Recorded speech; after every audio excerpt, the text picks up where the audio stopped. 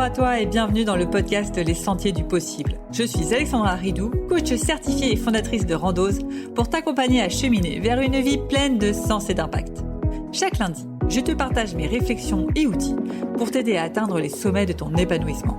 Et les mercredis, je te laisse découvrir une interview inspirante d'invités qui vivent la vie qui leur correspond vraiment. Ah, et j'ai oublié, je t'invite à écouter chaque épisode en marchant. Les neurosciences l'ont démontré, marcher te permet de prendre plus de recul, de développer ta créativité et ainsi prendre les meilleures décisions pour vivre la vie qui te fait vibrer. Salut Yasmina, bienvenue sur le podcast Les Sentiers du Possible. Comment vas-tu ? Eh ben super, écoute, merci Alexandra de m'offrir cette opportunité parce que vraiment c'est top de pouvoir parler de ce sujet qui est très vaste et voilà qui m'est très cher de la quête de sens. Donc vraiment merci à toi pour cette occasion. Eh ben, avec grand plaisir. Et justement, Yasmina Radulovic, pour les personnes qui ne te connaissent pas, en quelques mots, voire quelques phrases, qui es-tu ? Alors, qui, qui je suis? Donc, en fait, donc moi j'ai 44 ans, j'ai deux enfants.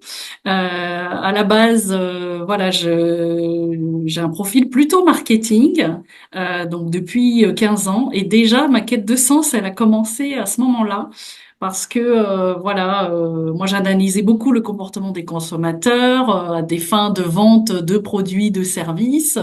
Et à un moment donné est venue cette quête de sens de me dire, voilà, est-ce que le côté mercantile, toujours, enfin, quel que soit le produit, finalement, tout faire pour faire vendre, même si ça apporte pas forcément du bien aux gens, est-ce qu'à un moment, faut pas que je remette ça en question et que je me dirige vers un projet professionnel et de vie, finalement, qui a plus de sens pour moi, déjà et surtout qu'il soit plus utile à la société. Donc déjà, voilà, je commençais un peu à cheminer. Et puis, voilà, après, j'ai travaillé dans de la stratégie et j'ai intégré le groupe La Poste qui est dans un environnement en mutation, en transformation. Et moi, je trouve ça passionnant. Et déjà là, voilà, j'avais touché à quelque chose qui commençait un peu à répondre à mon besoin de quête de sens. En plus, voilà, une entreprise qui est utile à tout le monde, que tout le monde connaît. Voilà, avec le côté impact social et sociétal. Donc voilà, et puis en fait, de fil en aiguille, cette question de sens a continué à j'allais dire presque à me hanter, à me questionner sur moi, mes besoins profonds, et toujours ce lien avec comment je peux aider et contribuer à mon humble niveau, hein, tel le colibri. Moi, j'adore cette histoire du colibri qui fait sa part pour contribuer à un monde meilleur. Voilà, moi-même, je suis en recherche perpétuelle de devenir une meilleure version de moi-même. Et voilà, ma question à chaque fois, c'est comment je peux être utile, me sentir utile et impacter finalement mon monde, mon environnement à mon humble niveau. Et donc, j'ai fait différents jobs et aujourd'hui je travaille, en fait j'ai deux casquettes, je travaille dans la data et l'intelligence artificielle où j'accompagne des métiers justement à se transformer grâce à la data et à l'intelligence artificielle et donc à développer leur employabilité, leurs compétences, etc. Dans un cadre en plus d'une entreprise qui est bienveillante sur ce sujet et qui veut développer les compétences de ses salariés et les former. Et en fait, en parallèle, donc ça a répondu encore aussi à mon besoin de sens, mais ça ne me suffisait pas parce que c'était pas moi finalement et surtout la data et l'IA, je me suis rendu compte aussi, hein, il y a les effets un peu négatifs et les impacts sur la planète. Voilà, RSE, voilà, énergivore, avec tout ce qu'on entend sur le volet numérique. Et donc, pareil, je continuais ma quête de sens et je me suis dit, bah non, comment moi, finalement, si je veux avoir un impact positif, si je veux être cohérente en fait avec moi-même, si je veux avoir un impact positif sur la société, certes, j'aide finalement mes collègues et les métiers en interne à se transformer grâce à la data et l'IA, mais d'un autre côté, je contribue à polluer la planète. Donc, il me semblait là qu'il y avait quelque chose d'incohérent. Et donc, et en fait, voilà, je me suis pas mal questionnée, je me suis pas mal posé de questions. Et en fait, tout d'un coup, je me suis dit, ah bah si. un trauma personnel qui m'est arrivé il y a 19 ans. Voilà, en gros, mon père a fait un AVC et il s'est retrouvé handicapé, ayant perdu l'usage de la parole. Et donc, bah, moi, je suis aidante familiale aujourd'hui, enfin depuis maintenant plus de 20 ans. Et en fait, je me suis toujours intéressée à la question de la prévention. Comment on peut agir en prévention pour pas reproduire finalement ça, parce que c'est dans mes gènes et j'ai un risque, on va dire, accru par rapport à la moyenne, par rapport à ça. Et donc, comment je peux agir en prévention? Et donc, voilà, depuis 25 ans, je me suis intéressée à la question de la gestion du stress, parce que ça impacte la question du bien-être et justement comment agir en prévention et détecter des signaux faibles que nous envoie notre corps, notre mental, notre âme, voilà, nos ressentis, nos émotionnels, et avoir cette vision un peu globale. Et donc, voilà, moi, j'ai tout testé, toutes sortes de médecines douces, voilà, toutes techniques, que ce soit la psychologie, la sophrologie, voilà, la kinésiologie. Enfin, j'ai testé plein de choses. À chaque fois, ça m'apportait un bien-être. Mais finalement, c'était presque comme un peu un pansement, voilà, qui était éphémère. Et donc, je me disais, mais c'est bizarre, je ressens quand même que c'est pas complètement ça. Et comment je peux, voilà, avoir ce bien-être de façon pérenne? Et un jour, bah, pendant le Covid, forcément, ça nous a tous un peu questionnés, hein, justement encore plus, je trouve, sur cette quête de sens. Voilà comment on peut finalement reprendre le pouvoir, nous, sur notre propre vie, notre propre santé, agir en prévention et puis subir, parce qu'on s'est tous sentis démunis, impuissants, etc. Et en fait, c'est là où ça a émergé. Je me suis dit, ah bah oui, là, il faut que je fasse quelque chose pour non plus agir en réaction, parce qu'il y a quelque chose, donc c'est médicaments, etc. Évidemment, je suis pas du tout contre la médecine moderne. La médecine moderne, elle a sauvé mon père, voilà, et ça apporte plein de choses. Mais c'est vraiment en complémentarité. Et donc, je suis tombée sur l'Ayurveda pendant le confinement. Et en fait, c'est devenu une passion, puisque à force d'étudier et de me former, donc depuis plus de 3 ans maintenant, je me forme à l'Ayurveda. Et depuis un an, j'ai fondé une entreprise dans l'accompagnement à la gestion du bien-être et à la prévention santé pour toutes les personnes voilà, qui sont à la recherche d'un bien-être, soucieuses de leur équilibre, qui veulent retrouver leur vitalité et qui veulent justement ne pas subir des antécédents familiaux, mais vraiment agir en prévention, parce que en fait l'Ayurveda, ça a été vraiment la révolution et ça a transformé ma vie. Et d'ailleurs pas que la mienne, puisque voilà, j'ai des enfants, j'ai un mari, ça a transformé notre façon de vivre familiale, voilà, notre alimentation, notre hygiène de vie, et ça agit même sur la façon de penser, etc. Parce qu'en Et Ayurveda, Yasmina, je me oui, permets de te pardon, couper. ouais, ouais. L'Ayurveda, pour ceux qui ne connaissent pas, c'est Oui. quoi? Alors, l'Ayurveda, en fait, le sens, parce que c'est du sanskrit, hein, c'est originaire de l'Inde, c'est né il y a 5000 ans dans les textes, c'était les premiers textes manuscrits qui faisaient référence à une sorte de médecine, hein. On dit d'ailleurs que c'est la mère de toutes les médecines et c'est reconnu par l'OMS, hein, et c'est pratiqué dans de nombreux pays. Euh, et en fait, l'Ayurveda, ça veut dire science de la vie. Et moi, plus que science de la vie, pour moi, en fait, c'est la science du vivant en soi et autour de soi, parce qu'en fait, comme dans le développement personnel, en fait, quand on se transforme soi, on impacte forcément l'environnement qui est autour de soi. Et en fait, c'est ça que j'ai trouvé hyper intéressant. Finalement, tout ce que je cherchais jusque-là pendant toutes ces années, c'était presque résumé dans l'Ayurveda. Je me suis dit, ah ouais, c'est une vision enfin globale, 360 d'un être humain. On me prend pas que par un bout. Ah bah oui, tiens, t'as telle problématique, bah on va guérir ça. Ah bah tiens, là, il y a tel sujet, on va guérir ça ou on va travailler ça. Mais en fait, ça donne une vision 360. C'est ce qu'on entend par vision holistique de son être. Donc, en prenant la dimension du corps, du mental, de l'émotionnel, et on peut même aller plus loin pour ceux qui sont en phase avec ces sujets d'ordre plus de la spiritualité, du développement personnel, etc. Donc, de l'âme même. Voilà, on parle d'ailleurs des 5 blessures de l'âme, hein. C'est Lise Bourbeau qui a fait un livre là-dessus. Et en fait, quand j'ai vu que l'Ayurveda aussi en parlait, je me suis dit, ah mais c'est génial, en fait, il faut absolument que je le fasse connaître aux gens. Une fois que j'ai pratiqué sur moi, que j'ai vu les effets et que ça a transformé ma vie, celle de mes enfants, celle de mon mari, mon conjoint, mon environnement, en fait, moi au départ, j'ai pratiqué ça pour moi-même, pour justement, voilà, ne pas reproduire le même schéma et le risque d'AVC que j'aurais pu avoir et agir en prévention et pour mes proches en fait. Et à force d'accompagner des proches, des amis et d'en parler, du coup c'est eux en fait qui m'ont encouragé. Ils m'ont dit non mais franchement il y a quelque chose, il faut que tu fasses connaître un truc.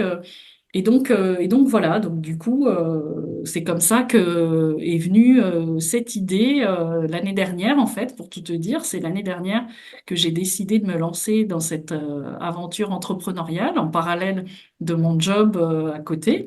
Et en fait, voilà, ça me passionne tellement je me dis, mais il y a plein d'outils qu'on peut partager à plein de gens et que ça peut les aider au quotidien que voilà, je me suis dit je tente et puis c'était un peu un petit challenge aussi hein, au passage voilà parce que c'est ça aussi je pense la quête de sens et finalement c'est se challenger, se questionner, se mettre un peu en risque pour voir finalement pour dépasser un peu ses limites parce que quand on est un peu dans sa zone de confort, voilà, j'ai l'impression que en fait on a atteint un point de sa quête de sens et que il y a une autre marche à gravir pour aller encore plus loin et voilà continuer toujours voilà et mettre du sens dans ce qu'on fait en fait que ce soit au travail dans sa vie familiale etc. Voilà et cette recherche ouais, de cohérence, parce que moi j'ai revu tout mon mode de vie, voilà ma façon de consommer. Enfin, je crois qu'on est tous un peu dans ces tendances, avec aussi évidemment, hein, faut pas se voiler la face. Des fois des retours en arrière, voilà. Et puis parce que c'est pas facile en fait de changer et surtout d'embarquer sa famille aussi dans un changement, c'est impactant pour tout le monde que ce soit sa façon de s'alimenter, voilà, tout en faisant preuve de bienveillance et en devenant pas non plus, j'aime bien dire ça, des ayatollahs non plus de la quête de sens, c'est-à-dire que on est des êtres humains par essence. Je trouve l'être humain est holistique, donc il faut prendre en compte toutes ces dimensions. Et aussi ceux qui nous entourent, nos proches, parce qu'on voilà, on leur fait aussi subir des choses qu'ils n'ont pas choisies. Ils ont aussi chacun leur chemin. Donc comment on converge et comment on co-construit ensemble. Donc voilà ce que je peux dire là pour l'instant. Et justement, si je rebondis, je suis totalement d'accord avec toi. Quand on est dans ce chemin de quête de sens, on a envie de mettre en place des changements et souvent ça impacte les autres. Tu as un exemple justement de gros changements qui a impacté peut-être ta famille et comment tu t'y Ouais. es prise pour emmener les gens avec toi dans ton changement? Ouais, le premier, ça a été l'alimentation, hein.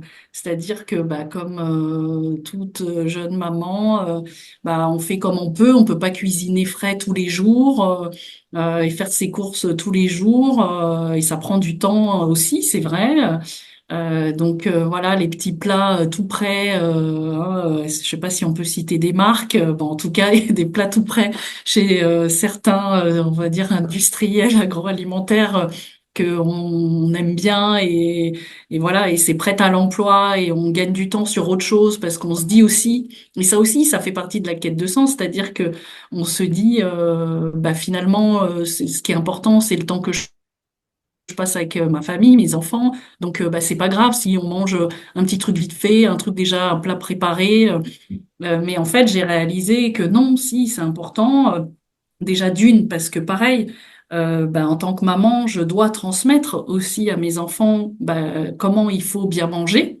Et c'est pas qu'en mangeant des nuggets, des frites, voilà, et d'autres choses comme ça, que en fait finalement je leur transmets le bon patrimoine, j'allais dire. Voilà, il y a le patrimoine, on va dire pécunier, immobilier, tout ce qu'on veut, mais il y a aussi qu'est-ce qu'on laisse après nous finalement à nos enfants. Et donc voilà, moi j'ai baigné dans une famille, une culture où la nourriture était très importante. J'étais toujours avec mes grands-mères qui me montraient un peu comment on cuisinait, l'importance des aliments, de la fraîcheur, etc. Et c'est vrai que dans nos vies modernes, il faut qu'on aille vite, il faut qu'on envoie vite les enfants à l'école, il faut qu'on aille vite travailler. On n'a pas le temps. Et en fait, si finalement, c'est déjà prendre le temps, donc c'est ça le premier changement, c'est prendre le temps de cuisiner, de mettre à contribution les enfants, le conjoint, etc. Oui, certes, moi aussi, hein, j'ai fait l'erreur au début. Allez, on arrête, on enlève tous les plats déjà préparés et on mange que du frais. En fait, à un moment, on s'épuise aussi parce que on peut pas non plus tout le temps faire ça. Et en fait, c'est d'accompagner le changement progressivement et de l'expliquer, en fait, comme on le fait finalement dans nos boulots. Pareil avec nos enfants, de donner le sens et d'expliquer et de faire beaucoup de pédagogie. Et notamment avec les enfants, c'est sur le côté pédagogique, ludique, en fait, d'expliquer, par exemple, quelque chose qui a très bien marché, et j'étais trop contente de cette trouvaille, c'est, par exemple, les haricots verts, les enfants, ils en raffolent pas. Nous, les adultes, on sait qu'il faut en manger. Mais en fait, d'avoir, par exemple, de changer le moment de manger des haricots verts, en fait, comme on mange des frites, c'est-à-dire avec les doigts. Donc, d'autoriser son enfant à prendre le haricot vert et à le tremper dans une sauce, quelle qu'elle soit. Hein, ça peut être pour démarrer du ketchup, voilà, pas de problème. Et après, petit à petit, on transforme cette sauce par une sauce beaucoup plus, on va dire saine. Et en fait, du coup, ce moment de manger des haricots verts est devenu ludique. Et donc, ma fille, à l'époque, là, aujourd'hui, elle a 7 ans, elle avait 4 ans. Et donc, c'était hyper rigolo pour elle. Et mon grand, voilà, il a 6 ans de plus. Au début, il rechignait un peu. Et finalement, il s'est pris aussi au jeu de se dire, ah ouais, tiens, ma sœur, elle dit que c'est bon. Je vais peut-être goûter aussi. Et pareil, le mode de cuisson. Je les ai faites à la vapeur au lieu de les faire bouillir dans l'eau. Et ça, mais ça change tout au niveau du goût. Et en plus, le haricot vert, il a un goût astringent, mais aussi un peu sucré. Et il y a juste besoin d'un filet de beurre ou d'un filet de bonne huile d'olive. Et c'est parfait, c'est nickel. Et maintenant, quand ils entendent, je fais des haricots verts, ils adorent, ils m'en réclament. Donc Mhm. voilà, c'est des petites victoires un peu comme ça. Et évidemment, le mari, il suit aussi. Au début, il les mange par obligation. Et puis après, ça devient en fait un moment plaisir. Donc voilà, c'est des petites choses comme ça à mettre en place. Et pareil, mon fils avait des problèmes un peu de surpoids. Et donc, il avait tendance à se resservir tout le temps. En même temps, il avait de l'appétit. Donc, j'étais toujours en train de culpabiliser entre, mince, en fait, il a encore faim. Comment je fais? Peut-être que lui, il a un gros appétit, etc. Et il fallait pas non plus le faire culpabiliser et lui faire développer un complexe par rapport à son poids. Et en fait, je lui ai expliqué pareil. J'ai expliqué le sens de manger sain, de réduire la consommation de sucre, la consommation de soda, des gâteaux ou goûters à 4 heures, voilà, à l'école, au collège. Et en fait, à force d'expliquer et voilà, de l'accompagner. Et pareil, d'autoriser les écarts. C'est comme tout, hein. Le jour où il craque, voilà, je vais pas l'engueuler ou lui dire ah non, c'est pas bien ce que t'as fait parce que machin. Je vais juste lui dire ah là t'as craqué, ok, je comprends. Tiens, là pour compenser ce soir, tu vois, je vais faire un plat équilibré. Parce que comme au goûter, tu as eu ça, du coup, pour équilibrer et pour booster ton système immunitaire et permettre à ton corps de combattre contre tous ces méchants virus. Voilà, enfin faire des petites choses un peu pédagogiques, Haricots ludiques. verts! Voilà, du coup ça va être haricots verts, mais après on prend du plaisir aussi. Ça veut pas dire que j'arrête les pâtes, bien sûr qu'on continue à manger des pâtes, de la viande, etc. En fait, l'Ayurveda préconise de manger un petit peu de tout et de surtout de manger le plus frais possible, parce que l'alimentation fraîche, vivante, c'est là toute la signification de l'Ayurveda, c'est la science du vivant.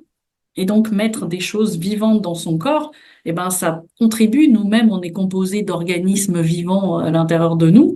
Donc, ça contribue, ça renforce notre microbiote. Notre microbiote, ben, impacte notre mental, hein. Maintenant, ça a été prouvé scientifiquement, hein. Il y a l'axe microbiote mental, voilà, enfin, psychologique qui joue.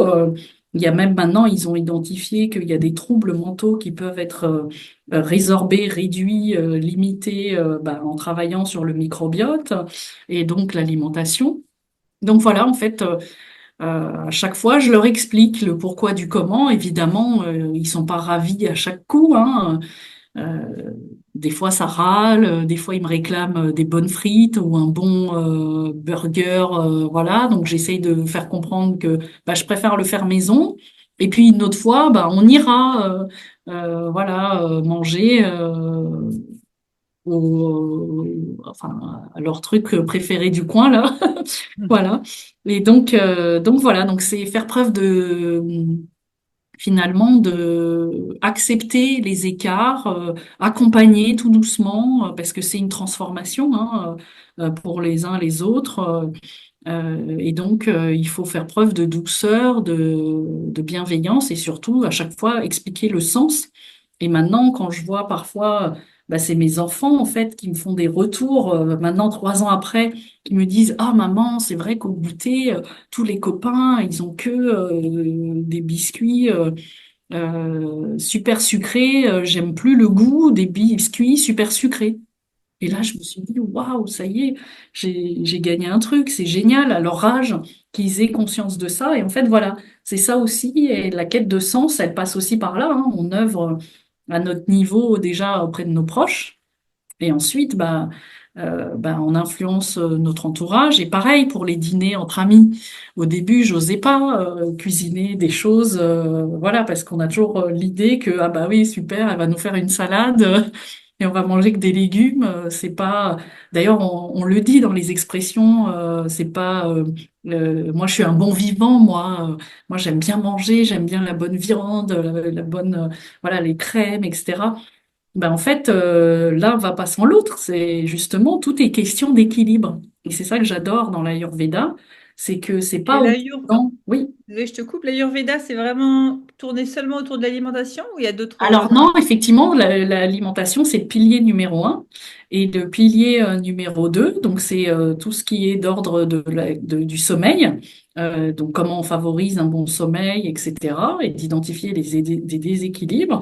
Ensuite, on a un troisième pilier qui est finalement l'activité physique au sens large du terme. Ça peut être bah, justement par des postures de yoga, mais ça peut être tout simplement, bah, est-ce que bah, tu marches au quotidien pour activer justement la circulation, la lymphe dans tout ton corps. Et après, il y a une troisième dimension. Parfois, les gens appellent ça spiritualité ou le silence. Voilà, en fait, ça dépend un peu des gens et de là où ils en sont. Mais voilà, il y a cette idée d'intégrer aussi la méditation, quelque chose de l'ordre de la méditation. Et après, les gens, ils s'imaginent qu'on se met en posture yogi, on ferme les yeux. Et il y en a qui vont dire, bah non, je déteste ça. Moi, m'arrêter, stopper le silence, c'est horrible pour moi. Mais en fait, non. Parfois, bah, par exemple, quand on va voir une expo, c'est contemplatif et c'est presque méditatif aussi pour certains. Et c'est ça aussi, voilà, il y a plusieurs formes et plusieurs façons de méditer. Selon justement les besoins et finalement le ressenti de chacun et ce qui appelle à ce moment-là. Voilà, c'est pas tout fermé, justement, c'est ça qui est intéressant dans l'Ayurveda, c'est que on personnalise en fonction bah, des besoins et des déséquilibres qu'on identifie chez la personne. Après, on établit des routines ayurvédiques et on donne, il y avait évidemment des routines génériques, mais après on personnalise en fonction des déséquilibres qu'on a identifiés chez la personne qui sont prioritaires à faire évoluer, à intégrer, à changer. Voilà, tout dépend un peu de où la personne se situe. En fait, l'Ayurveda, c'est une sorte de philosophie de vie et de style de vie. Ouais, ouais, c'est exactement ça en fait. C'est vrai que oui, moi en tout cas, ça a été mon cas. Ça a changé. C'est pour ça que je dis que ça a changé ma vie parce que Voilà, c'est vrai que c'est devenu une philosophie de vie, effectivement, un mode de vie au sens large du terme. Euh, ouais, c'est exactement ça. C'est vrai que cette notion, je trouve que c'est très beau parce que dans philosophie de vie, il y a la philosophie. Moi, j'ai toujours adoré la philosophie. En fait, ça questionne. Et c'est vraiment ça. C'est-à-dire que c'est pas un dogme fermé qu'on applique. Voilà. C'est vraiment, on se questionne sur bah, qu'est-ce qu'on ressent, qu'est-ce qui est bon pour moi à cet instant. Est-ce que j'ai besoin de réconfort? Est-ce que j'ai besoin voilà, d'aller vers les autres? Est-ce que j'ai besoin de finalement me recentrer sur moi et d'être en introspection? C'est vraiment ça, c'est se reconnecter à soi en fait au vivant en soi pour justement bah, identifier et être à son plein potentiel. Et aujourd'hui, tu dirais que tu as ton plein potentiel? Ouais, franchement, ouais, ouais, vraiment, ça a vraiment changé ma vie parce que j'ai appris à mieux me connaître et pourtant, moi, je cherchais pas mal de choses dans le développement personnel. J'ai appris plein de choses, mais là, si tu veux, là, grâce à l'Ayurveda, ça, je dis souvent, et d'ailleurs, c'est ce qui ressort quand j'accompagne des gens, c'est que, ah, ben, c'est génial, tu m'aides à reconstituer le puzzle de ma vie. Et il y a des choses qui me paraissaient insignifiantes ou qu'on avait mis de côté, qu'on avait zappé volontairement ou involontairement et qui en fait peuvent être des clés pour un mieux-être et pour agir en prévention. Et justement, c'est maintenant en fait l'Ayurveda, c'est la science de la longévité. C'est-à-dire que c'est maintenant qu'on construit son patrimoine dans 10 ans, dans 20 ans, dans 30 ans. Donc souvent, la question que j'aime bien poser, c'est comment tu te vois dans 10 ans, dans 20 ans, dans 30 ans? Et en fait, bah, comme une entreprise, nous, individus, on raisonne souvent à court terme, le demain, comment je peux être heureux demain. Mais finalement, on se projette un peu moins, je trouve, dans bah, cette vision de nous. Effectivement, dans 10 ans, dans 20 ans, dans 30 ans, comment j'ai envie d'être, euh, voilà, comment je prépare bah, ma santé de demain, mon bien-être de demain et comment je peux agir. euh, voilà, avec tous les moyens qui existent. Hein. Il ne s'agit pas de dire, allez, je me mets à l'Ayurveda et on oublie la médecine. Pas du tout. Moi, c'est pas du tout ça que je dis. Je ne suis pas médecin hein, de formation. Donc, voilà, c'est vraiment en complémentarité. C'est vraiment un outil, une philosophie de vie pour aider à bah, se sentir bien et à découvrir en fait vraiment quel est son vrai potentiel de bien-être. Parce que moi, vraiment, c'est l'Ayurveda qui m'a permis de mieux me connaître, mais surtout d'identifier à quel point j'avais des ressources que je ne connaissais pas, que j'avais pas identifiées, comme Mais cette concrètement, vitalité. comment tu as identifié ça? C'est parce qu'il y a des questions à se poser? C'est parce que, tu vois, Alors, c'est bah, en fait, non, c'est par la pratique. C'est vraiment par la pratique. En fait, l'Ayurveda, certes, c'est une philosophie de vie, mais c'est par la pratique que tu la pratique du coup identifies de quoi? D'une alimentation, une d'un alimentation, sommeil un et mode de de vie, l'alimentation voilà, peut-être. Ok. exactement, dans sa dimension holistique, que tu vois les effets très concrètement. Une des clés, c'est que bah, pendant, voilà, à partir du moment où on a changé l'alimentation de manière progressive et que, voilà, pendant, je sais plus combien de semaines exactement, mais en gros, pendant un mois, je mangeais que du frais et je faisais que du frais avec des recettes simples, basiques, voilà. Donc pas de pâtes, pas de riz, c'est ça? Si, ah si, bien Qu'est-ce sûr, que tu appelles c'est frais? super important, des aliments frais, c'est-à-dire les fruits et légumes de saison. Et bien sûr qu'il y a bah, du blé, enfin tout ce qui est céréales, Ok. légumineuses, il faut pas les enlever, C'est c'est juste que tu manges pas d'aubergines en hiver et c'est ça? voilà, pas de tomates en hiver, voilà, dans la mesure du possible, voilà. Et en fait, à partir du moment où j'ai changé ma façon de m'alimenter, bah, j'ai retrouvé, mais vraiment, c'était physiologique, vraiment, c'était, Énergie. voilà, c'était l'énergie et Ah, mais cette je sais que vitalité. moi, alors je sais pas si c'est ça dans l'Ayurveda, mais je sais pas c'est dans quel régime, dans quel truc, bref, j'avais lu ça quelque part. C'était ultra compliqué de digérer quand tu mélangeais des protéines et des féculents. Et je sais que depuis que j'arrête de mélanger dans un même repas des protéines et des féculents, mais pareil, mon énergie, elle est ouh, Et bah oui, soif de bah savoir. Et peut-être dès que que je tu me avais. prends je sais pas, un plat de pâtes bolo, tu vois, je Ouais, vois la différence ouais. Ah, c'est direct sur intéressant. le coup de C'est- barre et tout ça, quoi. Ouais, c'est intéressant. Alors pareil, tu vois, peut-être qu'à ce moment-là de ta vie, tu avais des troubles digestifs qui faisaient que, en fait, ton feu digestif ne permettait pas de digérer ce plat. Tout Mm. dépend justement qu'est-ce que tu as vécu avant en termes émotionnels, qu'est-ce que tu as mangé avant ce repas-là tout au long de la journée. Tu vois, est-ce que peut-être que, en fait, c'était le repas de trop que tu n'arrivais Ouais. pas à digérer ou pas? Enfin, à voir, tu vois, ce serait intéressant de se questionner. Ou est-ce que c'est une intolérance au gluten, comme on est de plus en plus nombreux Mm. à avoir, parce que bah, en fait, les matières premières ont été tellement transformées que en fait, notre ADN, notre patrimoine dans notre corps ne reconnaît plus cet ADN qui est transformé, et donc bah, ça crée une inflammation, et donc voilà, des troubles digestifs. Qui peuvent donner lieu à ça, ou peut-être que c'est la sauce qui était trop riche, trop grasse, trop sucrée, trop salée. Tu vois, il faudrait creuser pour Ouais, ouais. comprendre et voir, voilà, et retenter. Peut-être que c'était la quantité aussi, peut-être que c'était le fromage. Mhm. Donc voilà, il y a plein de questions comme ça qu'on aborde. Mais oui, oui, c'est sûr que voilà, le fait de en fait, c'est comme ça que ça marche, l'Ayurveda. C'est on teste, tu vois. Enfin, si je fais l'analogie un peu par rapport à mon domaine à côté dans la data et l'intelligence artificielle ou la tech, c'est du test and learn. C'est vraiment ça. C'est on apprend à se connaître en testant, en regardant. Bah tiens, là, comment j'ai digéré, comment je me sens. Est-ce que ah bah tiens, c'est marrant. Là, moi, j'étais un peu contre les jeûnes. Je me suis dit ah bah non, mais quelle hérésie de faire un jeûne. Bah j'ai testé.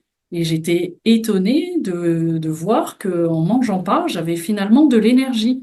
Alors que auparavant, je sautais un repas, j'avais un coup de barre, le coup de fatigue, donc il fallait vite que je mange un truc. Et d'ailleurs, des fois, ça nous arrive tous, avant une réunion, avant un rendez-vous important, on se dit ah, tiens, je vais me prendre un truc dans mon sac que je vais manger, Ouais. alors que j'ai même pas faim. Ouais, c'est pour Et couper.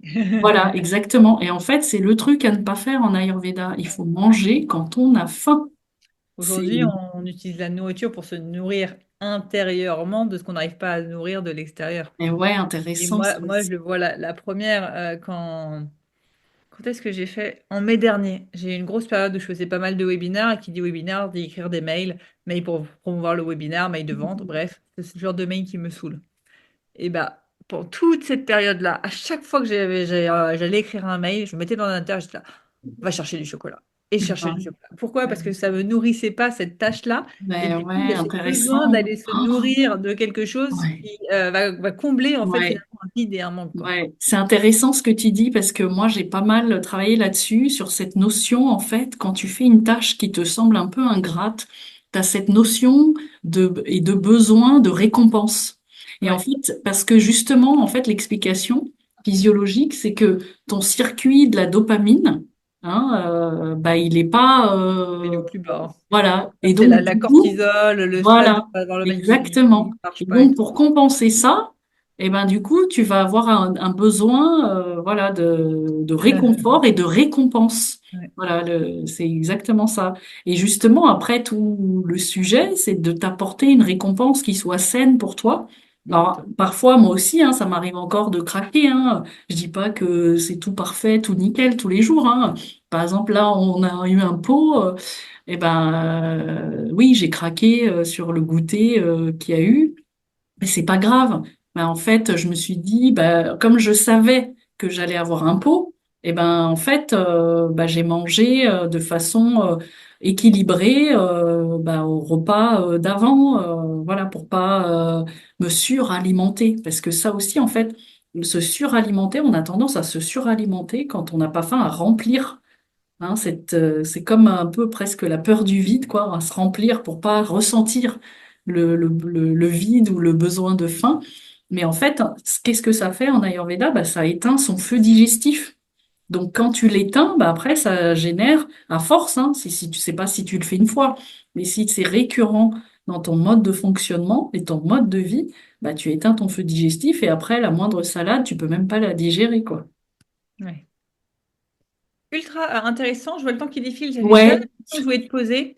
Du coup, t'as ton projet d'Ayurveda en parallèle de ton job, ce Ouais, qu'on appelle un side project. Ça demande beaucoup d'organisation, ça demande oui. ouais, de bien gérer son temps, ses priorités. C'est quoi un peu, toi, tes astuces pour justement bah, bien gérer les deux, à la fois ton job qui, je sais pas d'ailleurs si c'est un temps plein ou temps partiel, et à la fois ton activité d'Ayurveda? Ouais, ouais, c'est effectivement, j'ai choisi de le faire à temps partiel, mon job. Voilà, et donc du coup, je suis sur les deux à temps partiel parce qu'aujourd'hui, les deux me nourrissent et me complètent.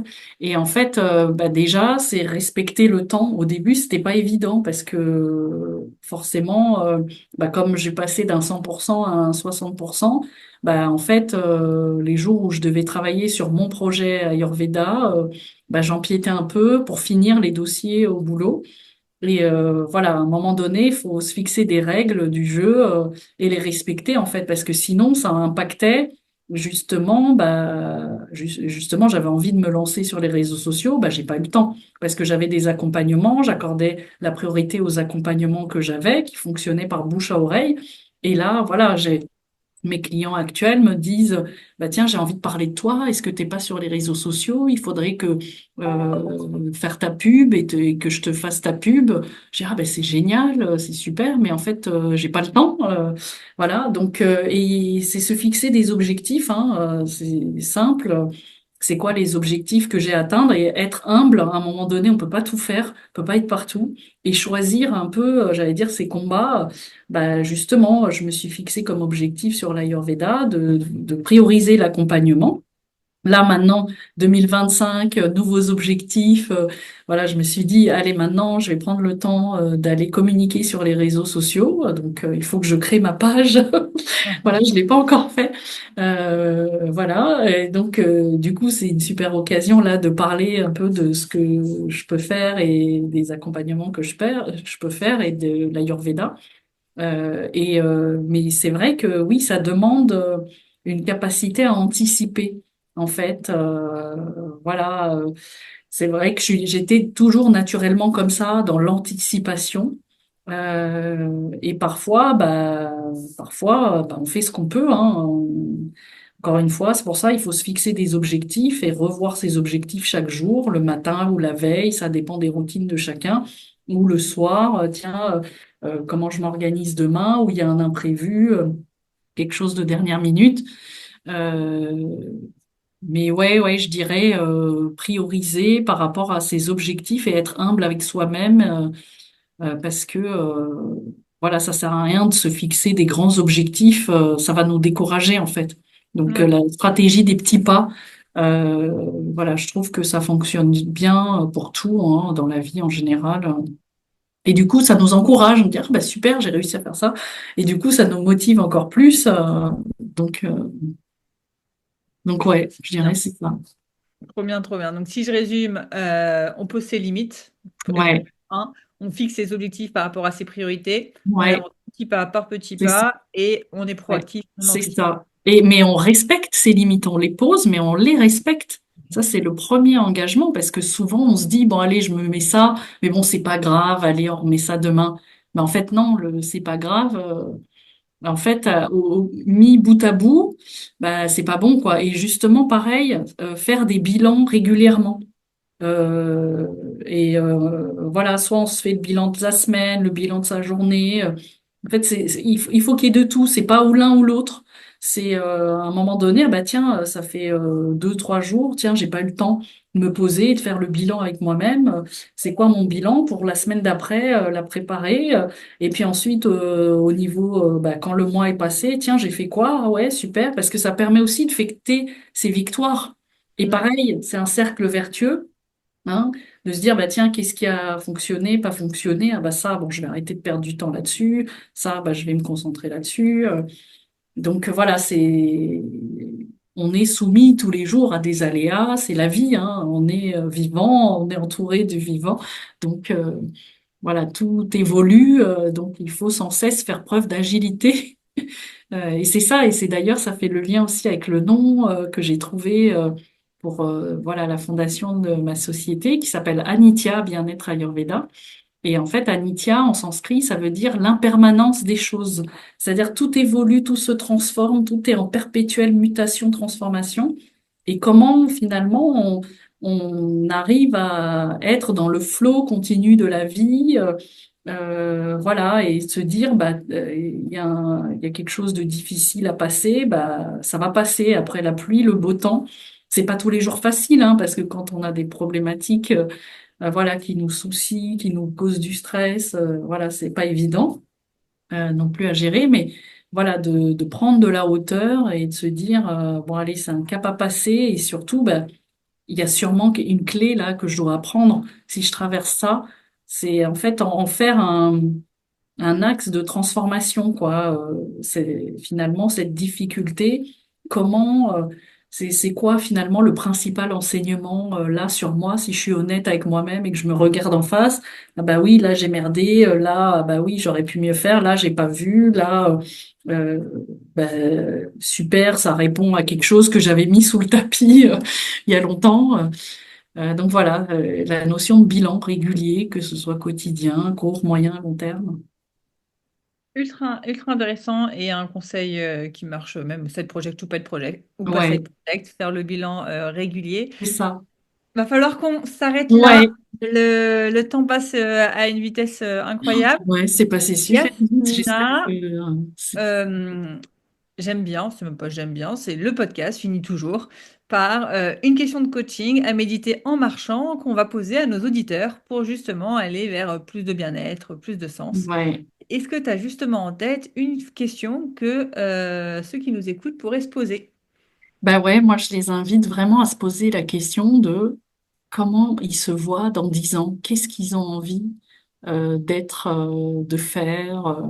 Voilà, vraiment faites l'exercice de vous avec vous.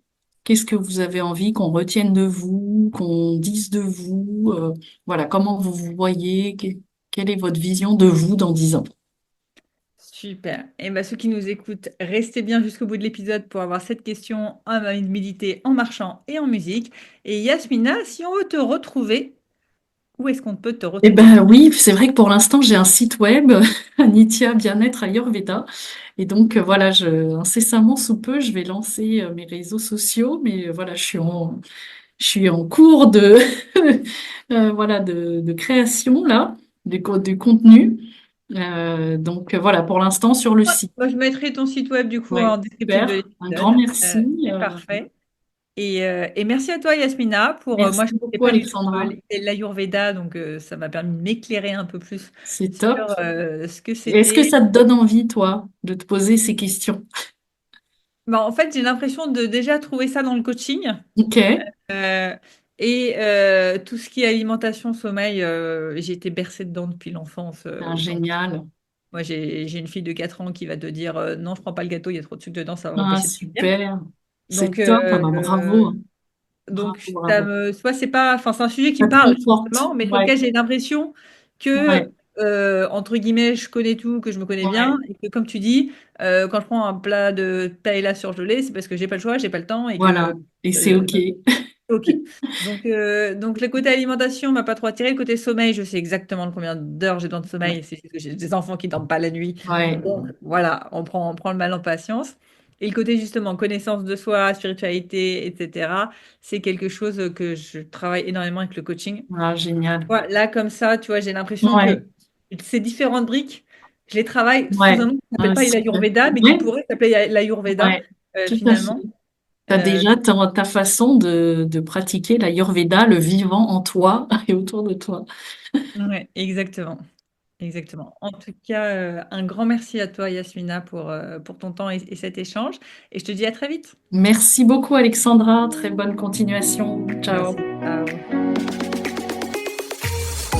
Avant de te plonger dans la question de coaching du jour, pense à rejoindre la plateforme d'exercice en ligne du podcast pour y retrouver les notes d'épisode, les questions de coaching et l'action à réaliser pour cheminer pas à pas vers une vie pleine de sens et d'impact. Le lien est en description de l'épisode. Et bien évidemment, si tu as aimé cet épisode et le concept du podcast, tu peux me le faire savoir en me laissant une belle note ou un joli commentaire sur la plateforme de ton choix. Tu peux aussi partager le podcast à une personne qui peut en avoir besoin. Et c'est parti pour tes 2 minutes de coaching et on se retrouve très vite dans le prochain épisode. Bye bye! Et c'est parti pour ta question de coaching à méditer en marchant et en musique. Et aujourd'hui, c'est Yasmina qui te pose cette question. Comment te vois-tu dans 10 ans ?